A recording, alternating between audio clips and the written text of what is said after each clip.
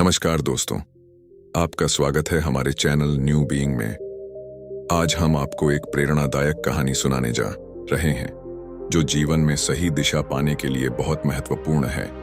इस कहानी का संदेश हमें बताता है कि ईश्वर को कहीं बाहर नहीं बल्कि अपने भीतर ढूंढना चाहिए। एक समय की बात है, एक व्यक्ति था जो हर तरह से संपन्न था। उसके पास बहुत सारा धन था, कोई कमी नहीं थी।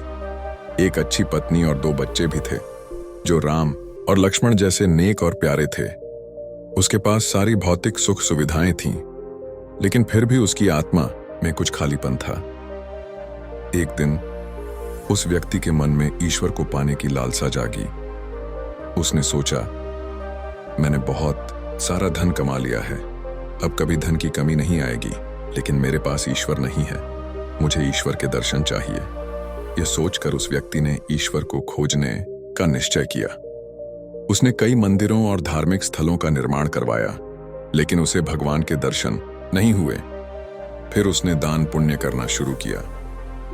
उसने अपने खजाने का बड़ा हिस्सा दान में दे दिया, फिर भी भगवान का कोई पता नहीं चला।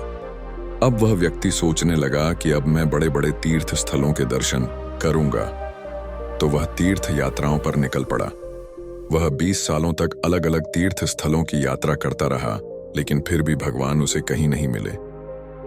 एक दिन वह व्यक्ति महात्मा बुद्ध के पास गया और कहने लगा, महात्मा जी, मैं पिछले 20 सालों से ईश्वर को ढूंढ रहा हूं, लेकिन मुझे कहीं भी ईश्वर के दर्शन नहीं हुए। क्या आप मुझे कोई रास्ता बता सकते हैं जिससे मैं ईश्वर को पा सकूं?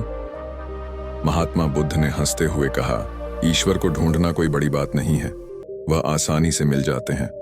फिर महात्मा बुद्ध ने पूछा, ठीक है, तुम यह बताओ कि तुमने ईश्वर को खोजने के लिए क्या किया और कहां खोजा? व्यक्ति ने सारी बातें महात्मा बुद्ध को बता दी।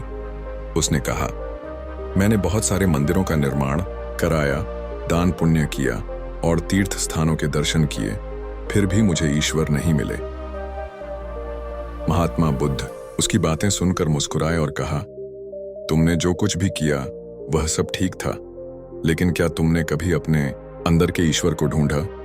व्यक्ति ने महात्मा बुद्ध की बातों को सुना और सोचा, आज मुझे जरूर ईश्वर के दर्शन होंगे। फिर कुछ देर बाद संध्या का समय होने को आया और महात्मा बुद्ध कुछ ढूंढने लगे। उनके शिष्यों ने पूछा, गुरुजी, आप क्या ढूंढ रहे हैं? महात्मा बुद्ध ने कहा, मेरे पास एक कीमती मोती था और वह कहीं खो गया है, मैं उसे ढूंढ रहा हूं। यह सुनकर शिष्य भी मोती को ढूंढने में लग गए। इतने में वह व्यक्ति भी वहां पहुंचा और देखा कि महात्मा बुद्ध और उनके शिष्य कुटिया के बाहर कुछ ढूंढ रहे थे। वह व्यक्ति भी मोती को ढूंढने में लग गया। ढूंढते ढूंढते रात हो गई, लेकिन मोती कहीं नहीं मिला।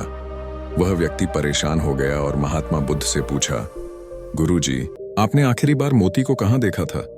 महात्मा बुद्ध ने सोचा और कहा, मैंने आखिरी बार मोती को कुटिया के अंदर देखा था। यह सुनकर वह व्यक्ति गुस्से में आ गया और महात्मा बुद्ध से कहने लगा, गुरुजी, अगर मोती आपकी कुटिया के अंदर खो गया है तो वह कुटिया के अंदर ही मिलेगा। आप क्यों बाहर ढूंढ रहे हैं? महात्मा बुद्ध मुस्कुराए और कहा, तुम सही कह रहे हो, हम सब व्यर्थ में बाहर ढूंढ रहे हैं, जबकि वह मोती अंदर ही है। फिर महात्मा बुद्ध ने समझाया, तुम जिस तरह मोती को बाहर ढूंढ रहे हो, उसी तरह तुम 20 सालों से ईश्वर को बाहर ढूंढ रहे हो, लेकिन ईश्वर कभी बाहर नहीं होते, वे हमारे अंदर होते हैं। तुम्हें कभी अपने अंदर के ईश्वर को ढूंढने की कोशिश नहीं की? अगर तुम सच्चे दिल से ईश्वर के दर्शन करना चाहते हो तो बाहर भटकने की बजाय अपने भीतर ध्यान लगाओ। तुम्हारे अंदर का ईश्वर तुम्हें दिखेगा। जब तुम अपने भीतर ईश्वर को देखोगे, तब तुम्हें हर जगह ईश्वर ही नजर आएंगे। महात्मा बुद्ध की यह अमृतवाणी सुनकर उस व्यक्ति को अपनी गलती का एहसास हुआ। उसने महात्मा बुद्ध के चरणों में गिरकर माफी मांगी और कहा, गुरुजी, मुझे समझ में आ गया, मैं 20 साल से बाहर भटक रहा था, लेकिन वास्तव में ईश्वर हमारे अंदर ही है। तो दोस्तों, अगर आपको यह कहानी पसंद आई हो तो इस वीडियो को लाइक जरूर करें। अगर आप हमारे चैनल पर पहली बार आए हैं तो चैनल को सब्सक्राइब करना न भूलें। इस तरह की प्रेरणादायक कहानियां हम आपके लिए लाते रहते हैं। अब इस वीडियो को अपने 5 दोस्तों के साथ जरूर शेयर करें। ताकि वे भी इस महत्वपूर्ण संदेश को समझ सकें। धन्यवाद, धन्यवाद।